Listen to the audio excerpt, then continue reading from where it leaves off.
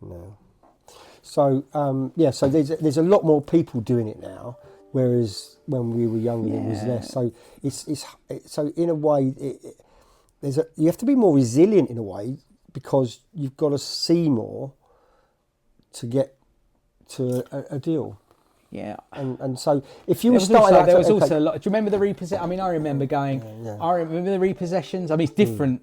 I remember. Well, there's no repossession. Not really. Not. I mean, I remember I bought a house in Reginald Road, Forest Gate, and I remember the agent was a very good friend of mine, and those days I used to go round, I used to sign the shit, and he was very much to that point.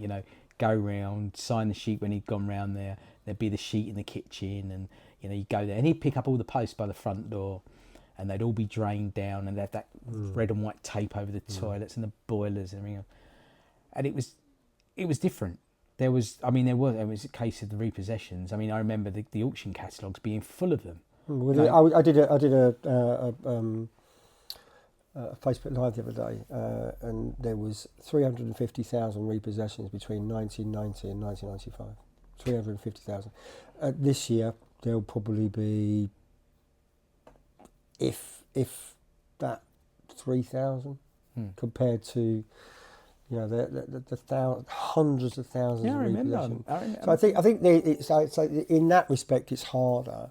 But if you were starting up now, right, don't look like that. If I was starting up now, what would I do? Yeah, what would you do? I mean, obviously you've got a lot of experience, but what? I think it's a difficult one in the sense. Let's assume you're starting from scratch, and I've got, whether it be my money from a bank, or money from an investor, I've got my money in play. You're going to get your money in play. So the money's in play. The money's in play in the sense of get the money. Yeah, the money's in play, and it's at certain rates. And I know, because everyone forgets this. Now the rules have changed with the CML handbook, and I don't know if a lot of the people you deal with know about the mortgage handbook for most lenders. You have to have owned it. If you're going to refurbish it and sell it, most lenders require that owner, as in the new vendor, has to own it for 6 months. 6 month rule. So the 6 month rule. So you've got 6 months worth of interest. Of course, if it's your own money, you still got to add that in. So you would develop? No, it depends on the deal. Oh, right. This is what I'm trying to say. What would you do? So would I? The first one. If it was me and I was on my own, I think the first thing I would do would be obviously to try trade something, because it's all about cash flow. It's all about getting a few quid. So big tip there, cash flow. Because I've met and I've dealt with people that have had phenomenal businesses in property, and the cash flow has killed them in the sense that they've got this, but they can't finish it. They can't finish it because all their money's in it. They can't finish it because the bank have said we can't lend anymore because you've hit your ceiling. And they can't finish it because even if they did get more money from a bank, they haven't got money coming in to pay the interest. And if they do it on a roll up where the interest is at the end, it's so high that they forget that they now have two partners they didn't even realise. One is the bank, or the lender, whoever it might be, and the other one is the Inland Revenue. Because there's a horrible thing: if you make a profit, you've got to pay tax, and people forget that. You've got to pay tax on it, and people forget that there are two invisible people in that business. And the third one is don't forget your council tax, because those meters don't stop. So I think if I was starting all over, and I think if I would probably look if I could trade something, because it's all about getting money back. So good cash flow. It's quick, and then it's like when we were estate agents, our area managers sold us. We have to sell, concentrate on the vacant properties, cash, get them sold, buy a proceedable, get them in there, because we haven't got a chain. We've got a vendor that wants a quick deal. We've got a purchaser that wants to move in quick. We can probably get it exchanged in 4 weeks. In those days, we used to be able to do that and complete 2 to 4 weeks later. So in 8 weeks, as estate agents, we get a commission. There was a program I did back in 2013 called the 100K Club, and I took an account, nothing in it, and then I said I'm going to get 100,000 into this account just by trading from nothing, right? And I turned a couple of things to a couple of developers who gave me a fee, right? Got enough money together to get the deposit. This was completely from scratch, right? Yeah. And then the first one I did was with bridging finance. So I took the bridging finance on a traded it on into the auction, and got it up to £100,000 in 6 months. And if you could, because I think if you could teach that, that's probably because you've got cash flow coming in from fees coming in, right? Which is effectively we call it a trade, but you just take a fee for it, build it up, get to the point where you've got something in the bank to be able to go, right, okay, lend me some money on it. If you're on your own and this is all you're doing, you need to trade, because how are you going to live? Unless you've got a mountain full of money or what have you that you can just live off. Some people are going to have jobs. But they're doing going this to on the side to as try and build some wealth. So. Yeah, and you know what? There's no reason why you can't. But it's like anything. It's how much time you want to invest in it. People think that it's easy. Everybody thinks that everything that they see is easy. I'm going back to the days when everyone opened up a video shop because everyone was renting videos and it was easy. Everyone looks at somebody else and think, oh, that's easy money, but nothing's easy money. Nothing. I don't believe anything is. No, I think our business is simple. Not easy.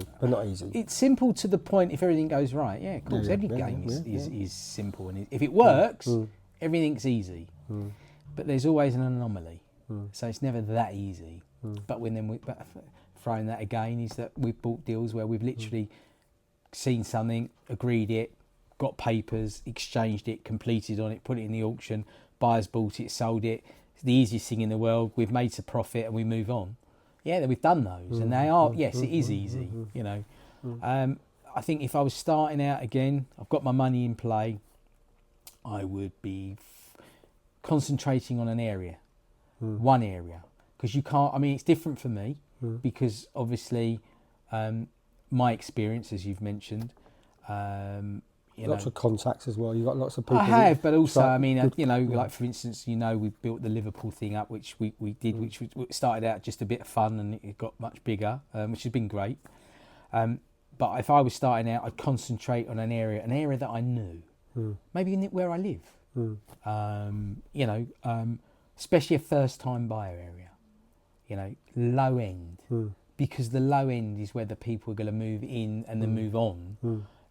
Rather than trying to buy something where someone's got to sell a flat to buy. Because it's interesting, because the industry generally teaches people to buy and keep, refinance the money, wash it through, bring it back out again, do the same again, rinse and repeat, and it's all about holding stock as opposed to... There's nothing wrong with holding. There's nothing wrong with holding stock if you're going to say, you know what, I'll tell you what I'm going to be. I'm going to be an investor.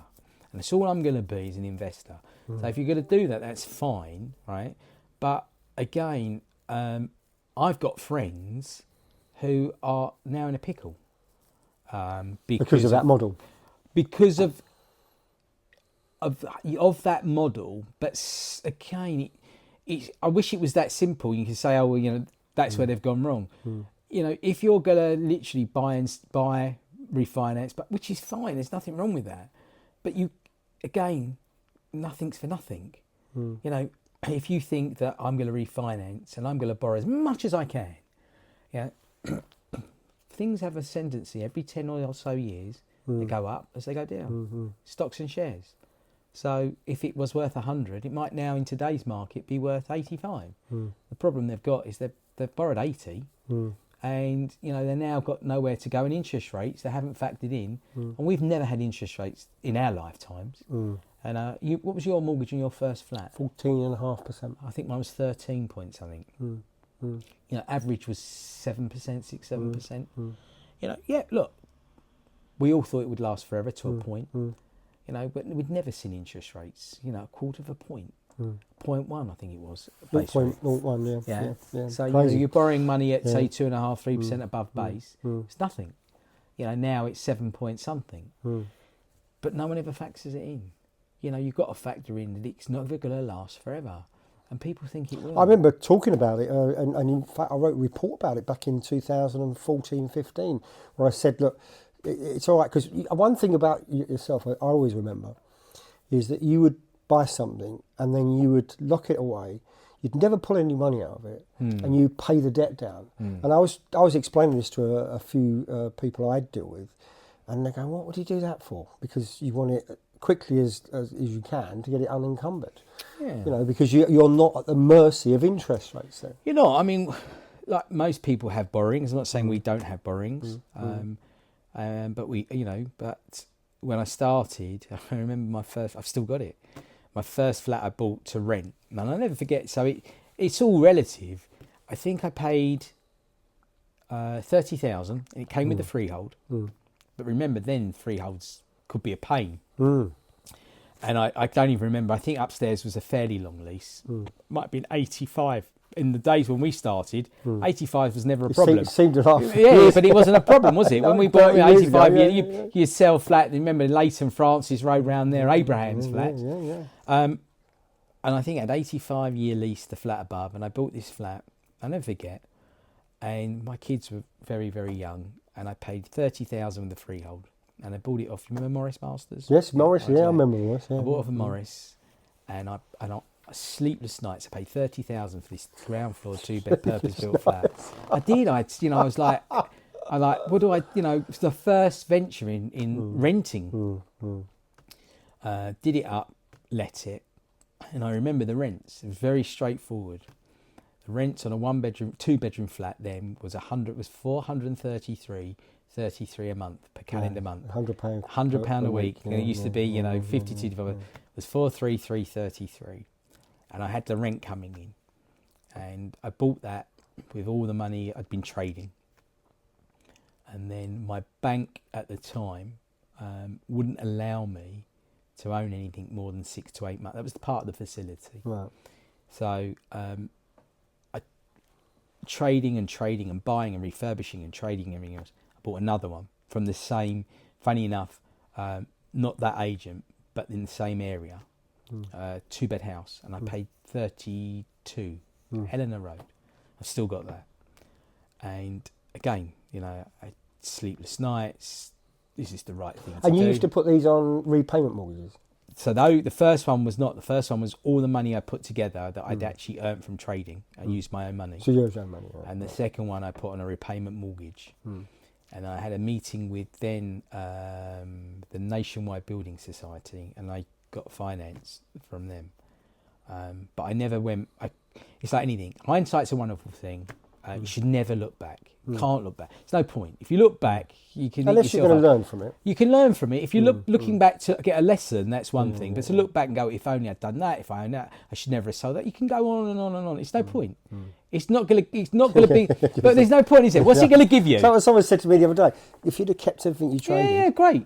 But go back loads of aggro. Yeah, but go back to the analogy of using Bellway, Red Row, and Fairview. They don't keep. Yeah, they don't keep everything. But I think people think, you know, that you should have kept everything, and whereas there is no doubt. I've never had any regrets on anything. There is no doubt that there are some properties that I've purchased that I have sold that I should never have sold. There's no question. But I can't change it. No. And what am I going to do? I'll sit here. What am I going to? Oh, I owned that. Oh, look at it now. Who's gaining from it? But nobody's gaining from it. Yeah, but I think people. I see it. You've got to let it go. They don't let it go. That's the thing. But there's no gain. What if you, as you said, if you're going to learn from it, because for whatever reason, that's one thing. But you know, to sit there and go, if only, it doesn't work. It's a negative. It doesn't. When it won't go into a positive, right? And you've got to be positive, because if you do make the mistake, you've got to brush yourself down and you've got to start again. You know, there's a thing I always say to my kids. There's no such word as calm, right? Because all you're doing is putting a barrier in front of you. The amount of deals, issues, whether it be new build with planners and building control, or the NHBC or Advantage, whoever we're using for the warranty, or you know, or even a purchase. You know, people say can't. I'll always try and find a way. I think that's a really valid point for the people listening, because I think some of the deals that we've created, where someone has gone, you can't do that, and we've gone along and think, well, actually, if we had an indemnity policy for that, or if we did this or we did that, and made it work. So can't is it's a very poignant point you make there, because I think it's that attitude that we've always had this. You know, everything we've looked at, and I think we both agree that we would only buy something if we knew we could solve the problem. And 9 times out of 10, both our experiences together know how to solve most property problems. Look, there's always going to be problems that you can't solve. Yeah. So, you know, going back to can't, maybe you can't. But, then, you know, but arguably, caveat to that. Yeah, but the minute someone says you can't do it, why? You know, no one ever questions it. You've got to question it. You've got why can't I? Why not? What reasons behind that? I remember buying, I'll never forget this, I think it was Herringate Road, which is I'm sure people don't know, an area called the Aldersbrook Estate. And my lawyer at the time, who retired, acted for me to buy a house. I used to buy quite a lot of property from a certain agent in Wanstead. And they phoned me up on this beautiful house. Nothing wrong with it. I mean, nothing wrong with it. Yeah, it was a little bit dated. Seen that, been there, done that. It was clean, it was tidy, and she said to me, the sale's fallen through. There's a problem with the title.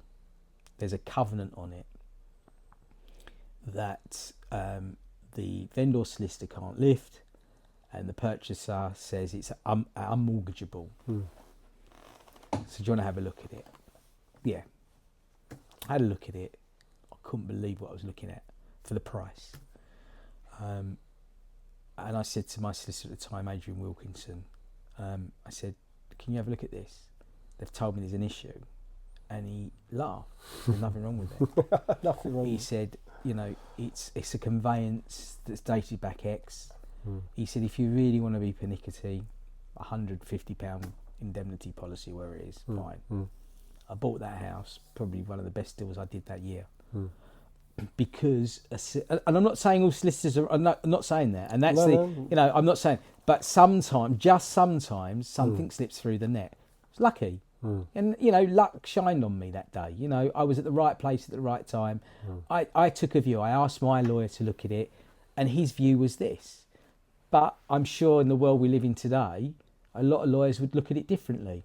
But I bought it. I don't think they would, actually. I think some lawyers... It's changed. Well, you say it has changed, but I think they're... how can I put it? I think... But I think the industry's changed in the sense that the world has changed. The risk factor. Well, do you remember when we first started trading? Right? I remember, and we had solicitors who would do our trades for us.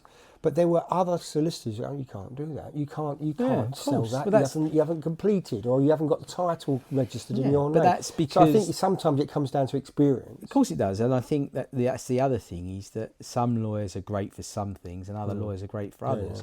Yeah. You know, if you're an experienced lawyer or a lawyer that's used to trading, you look at it differently. And I've always said to whoever's acting, and I use a couple of lawyers, if you were acting for a building society, would you be happy with it? And if you're not happy with it, can you make it right? Whether it be an indemnity policy, whether it is if we're buying a lease, whether we go to the freeholder and see if we can change the lease.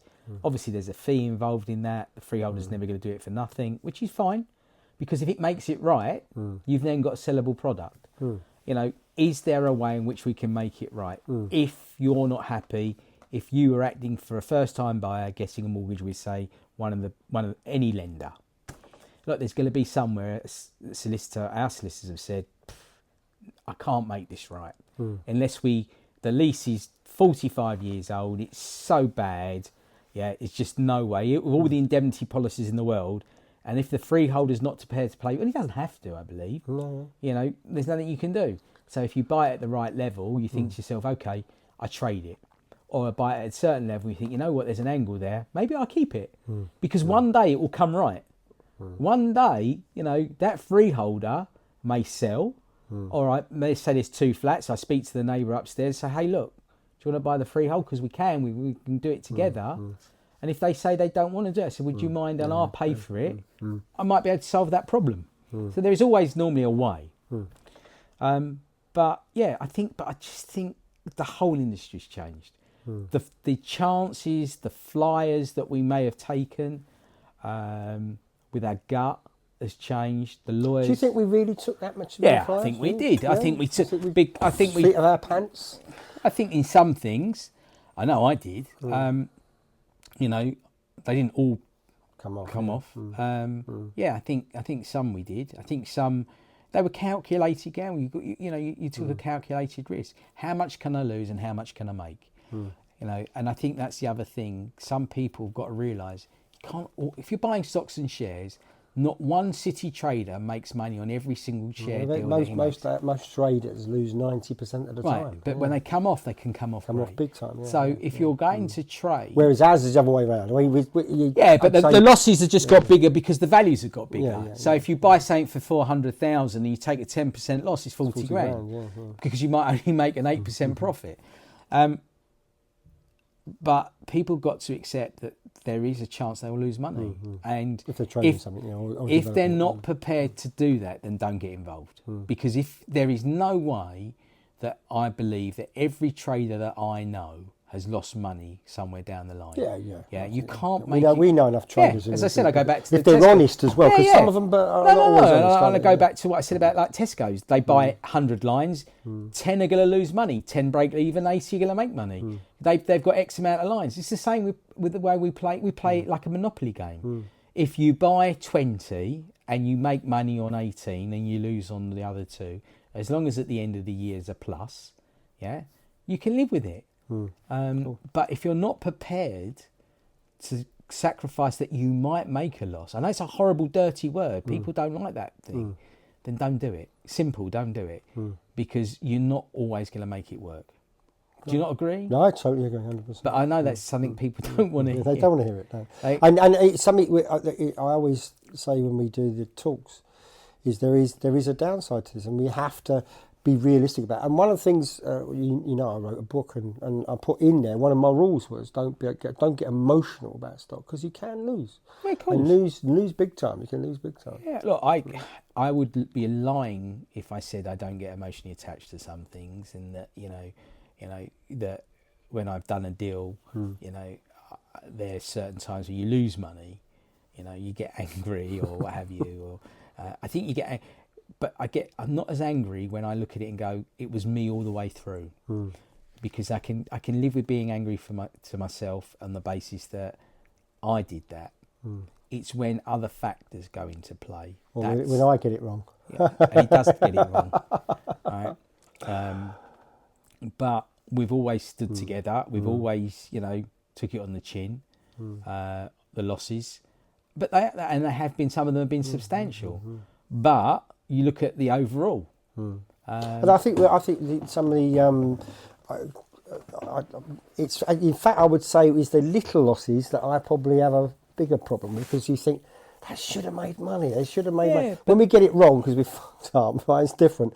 But when something I tried not to swear and you just sworn again. I've really tried hard. Don't trust me. I swear all the time. Don't worry. That's not a problem. I'm terrible, but I've really tried hard. You've been really good today. But yeah, I think there's something I do drill home to people, is that there are times when things don't go according to plan, and people need to be aware of that, because in this industry, it's very much, you can make money, and sometimes it's not always that easy. But this is the thing I don't get. Why do people automatically assume no money down, I'll always, you're going to make money, right? Because they're sold a dream. Yeah, there's nothing wrong with being sold a dream, but there's a problem with thinking that it's all, you wave a magic wand and that's going to be it. My wife will tell you the amount of times I've had when I remember starting my first big development years ago. We did before we had children, and I didn't sleep for months and months and months and months and months. Everything was on the line. It's not easy. That's the thing I don't get. It's all well and good saying, you drive around your nice car and you go on your fancy holidays, but there's like 35 years plus of hardship that goes with that. Yeah. Make money, lose money, whatever. But you know, it wasn't overnight. I mean, my overriding memory of you is your work rate. As an agent, right, all the way up to probably the last 10 years, you probably dropped right off the last 10 years, but your work rate was phenomenal.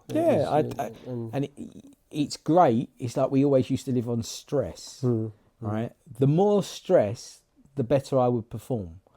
I'm 55 now, and I realise stress is not so great. You know, now, the person I spoke to said before, the young, you know, like the young gun, brought something to me yesterday. I was in the West End in a meeting. Phone that drove me mad on something. We've got to look at it in, I think it was Gloucester Place or Gloucester, whatever it is. And all I saw was aggravation, right? And my stomach, and I said, I just don't want to be involved. You know, he said, oh, no, Nick. I said, I just don't want to be involved. So, yeah, my work rate's gone off, but then also I want to do less. And I think that just comes with age, doesn't it? But we've had conversations many times over the years, and we've sat there and I remember when I had my estate agents. Remember when I had my estate agents? And you said, "What the fuck do you want to do that for? What do you want to do that for?" And then I remember getting rid of it. And I was so pleased to rid of it. And you said to me, sometimes things aren't worth the aggravation. It might be worth money, but is that money worth the aggravation? Yeah.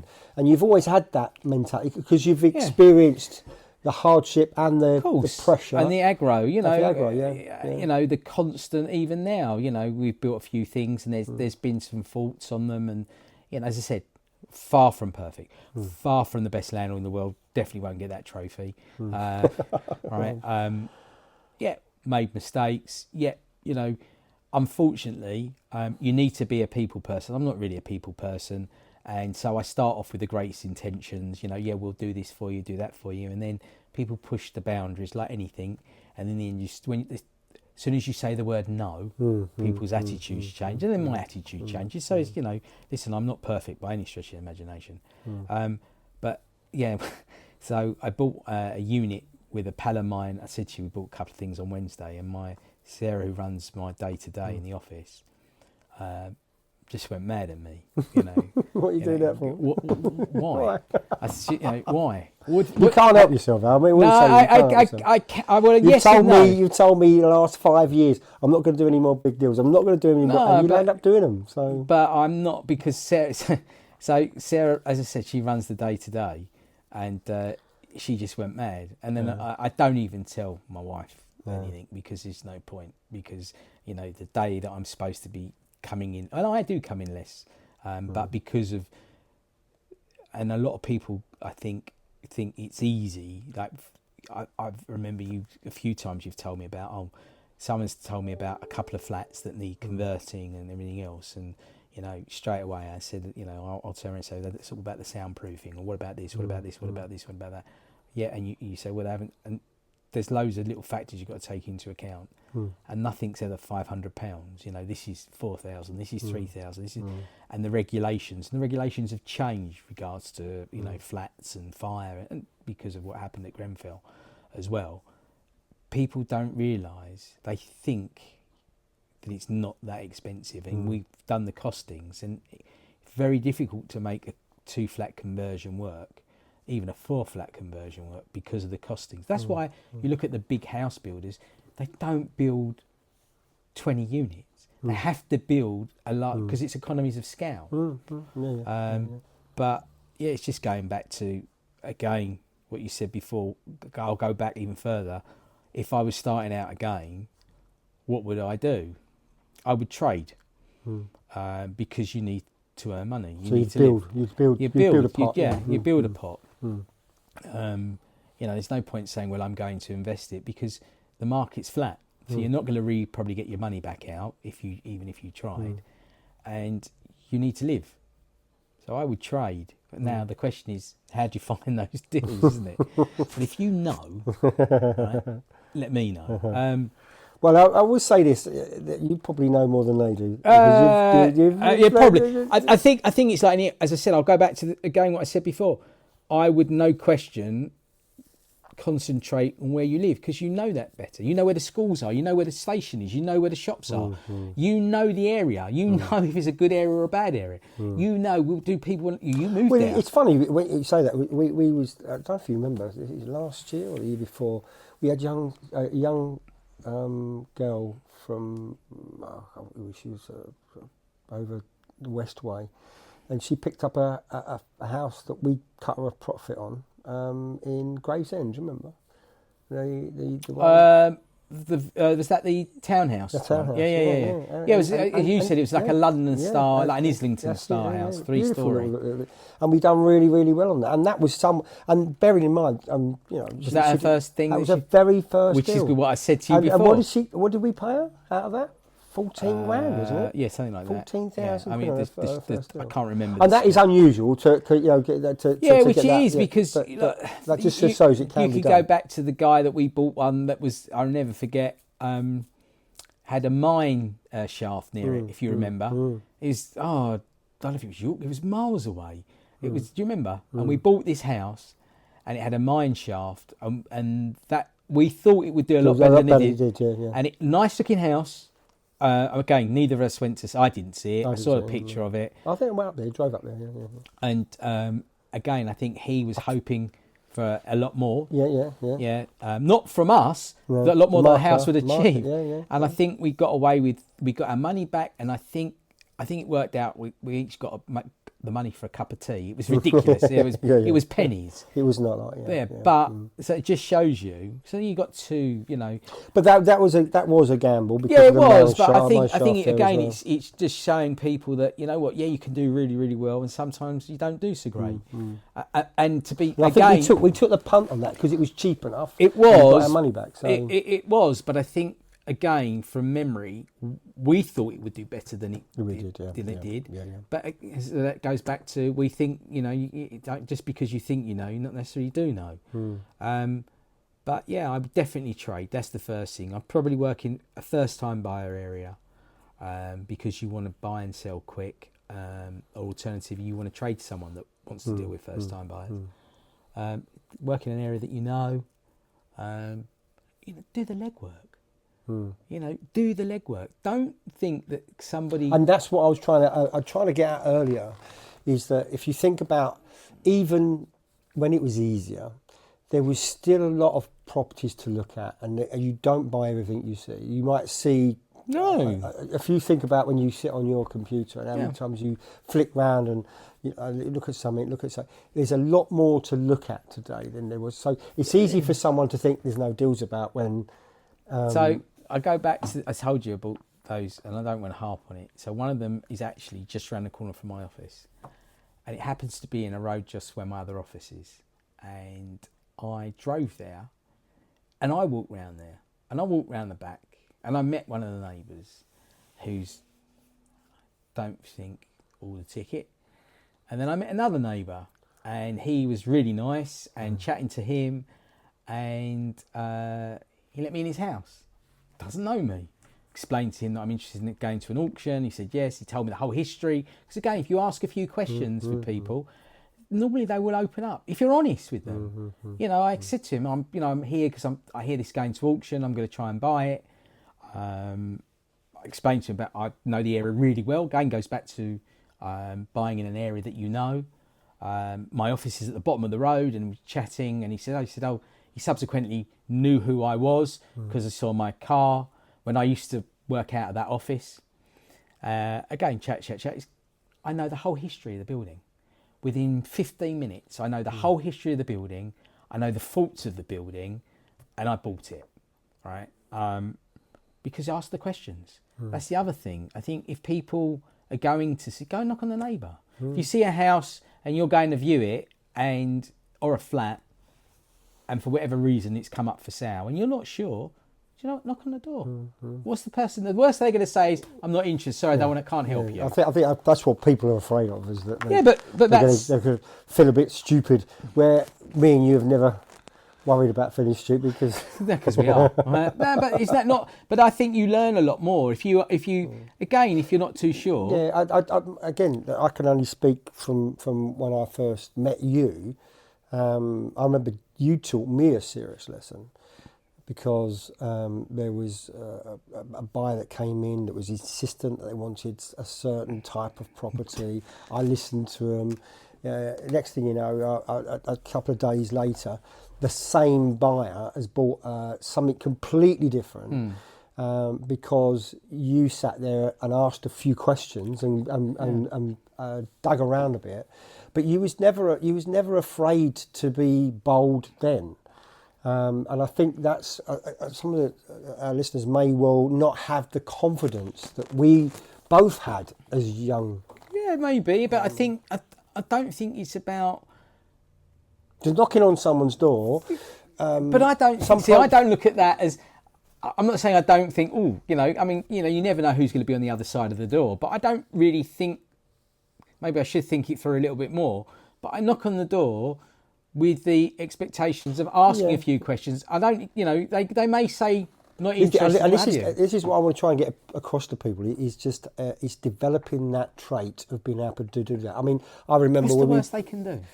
And that's the point. The worst they can do is say, not interested, slam the door in your face, or not answer it. Yeah.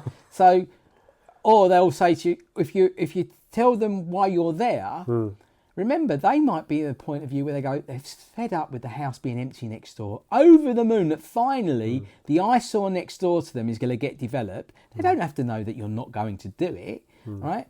Finally, something's going to happen. Finally, it's been there for years, or I'm pleased you. Did you know that their drains collapsed and it's caused us a problem? We're trying to get hold of them. That's why they're selling it. So now you know that there's a problem because you've asked two questions. So you know it's been empty for years and now you know that there's a drain collapsed. And they're suing them because they've not fixed the drain that's causing them problems because you've asked a question. And if there is a problem, 9 times out of 10, they'll tell you. Yeah. And I think that's a very, very valid point, is that people should learn to do that research, because that's part of our research when we think about it. I mean, this is... What about the house we bought in Kent? And it'd been in the auction since we sold it. Oh, yes. 5-6 times. I went round there and the guy came out and said, you realise there's tunnels underneath the house? Yeah. Didn't hide it. No, we never hid it when we put it in the auction. But we realised that, and then we priced it accordingly. Correct. And then a trader bought it in the auction off of us. Yeah. And then traded it, and then someone else bought it, and then it went back in the auction. I think it's been back in 5 times since we think passed so. it. Yeah, so it's got a history. Yeah. So. But we took a gamble on that. We took a calculated gamble. Was how much could we lose, right? And what we thought the downside was. And that's another big point, is that we worked out what do you think we could lose on it, and the loss was minimal. I think that's so important, that some people got to realise we're traders. We buy, we sell, we get it right most of the time, maybe not all the time. And the people that are out there that you speak to and come on these courses or come to see you talk or what have you and ask for you to guide them, have to know that it's not all plain sailing. Of course it's not. No. But people don't want to hear that, do they? I try and drill it into them. So that's because the worst of one, it's the, and I think half the time when I do a talk or something, we'll encourage people. Look, if you don't want to take the gamble, then we'll buy it. We'll buy it. We'll buy it. We'll take the gamble. If it works for us, we'll buy it. And that's something that we've. But that's the big thing, isn't it? Isn't it? That's the next step is the big thing, isn't it? Is taking that gamble, and it's not for everyone. No. It's some people aren't. It's not for them. I've got a friend of mine, one of my closest friends. Unfortunately, the company he worked for went into liquidation. He is now he does not like it. He works for himself. Doesn't want to. Again, he's out of his comfort zone. And if you're out your comfort zone, don't do it. You don't have to do it, but if you're going to do it, then accept that there's going to be some hard knocks. Accept that you're going to get knocked down and you've got to get back up again. You've got to accept that you could lose. Not saying you will, but you could lose some money. You've got to accept that you've got to roll your sleeves up, do your due diligence, keep working, keep looking. You may not find a deal for a year. But I will say this, it served you well. Yeah, you know what? It has, but I think it's like anything. I can't help myself, I suppose, at some point. No, but I think what it is because I've diversified. Yeah. I think because,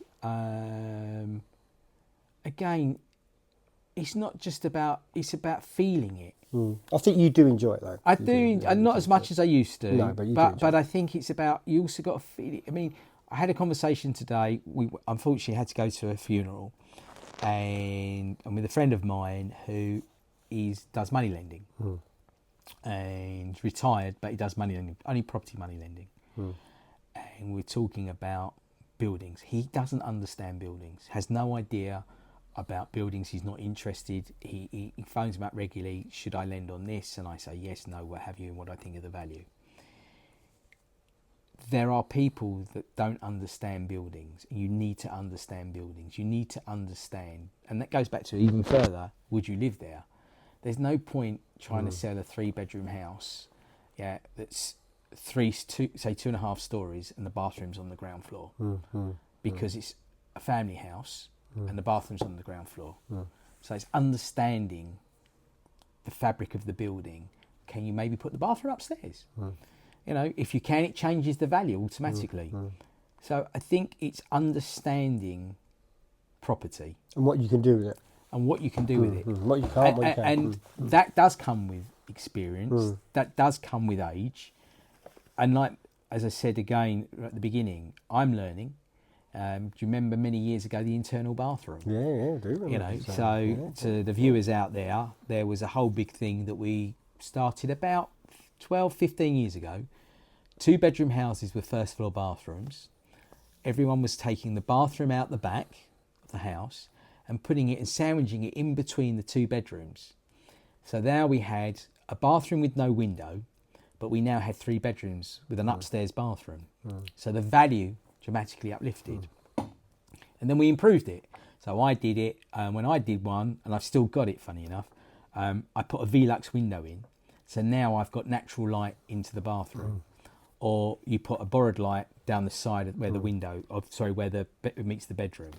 So we've now added huge value for a 2-bed house with an upstairs bathroom, or a 3-bed house and upstairs bathroom.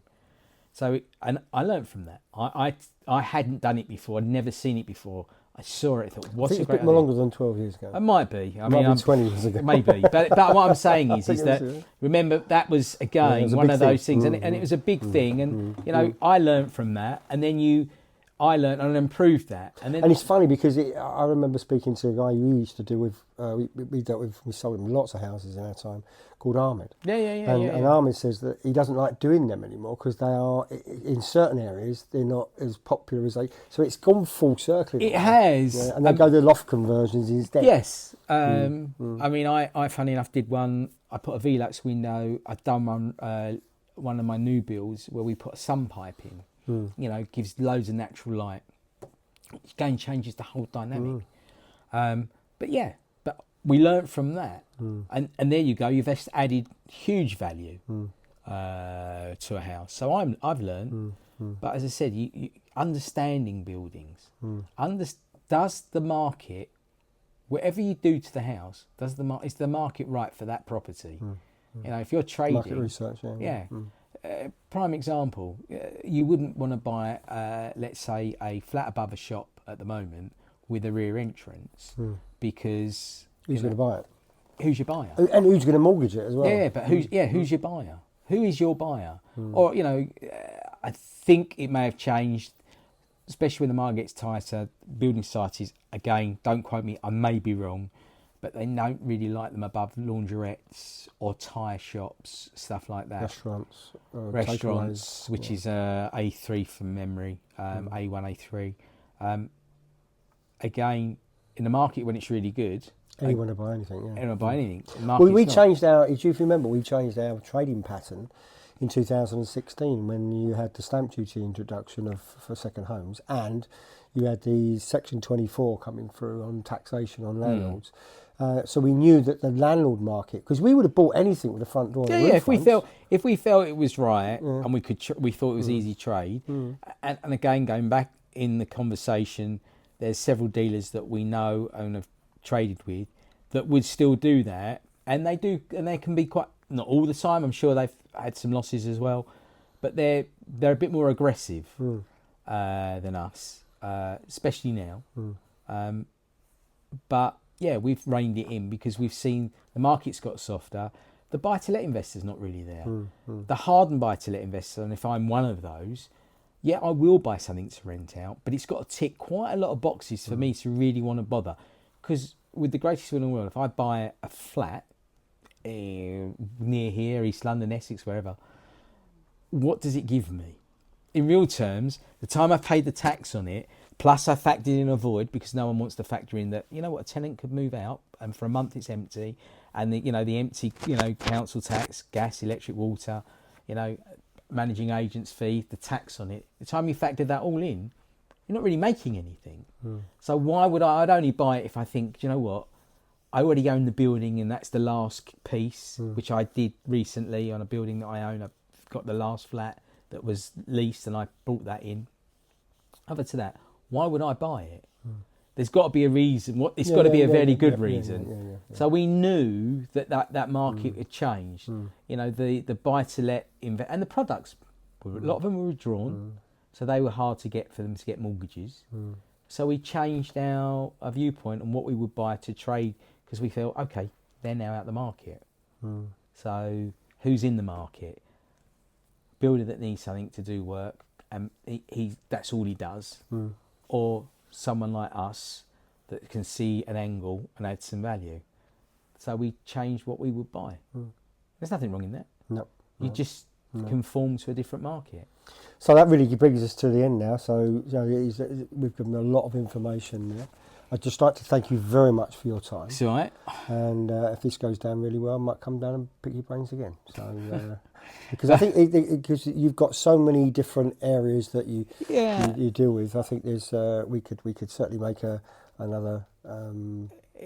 It's a lot easier than I thought it would be. I'm sure I've rambled a lot. You have, yeah, I have, no question. My wife tells me that all the time. Anyway, I'm going to hold it there. But thank you very much, Pleasure. Mr. Richard Rains. Thank you.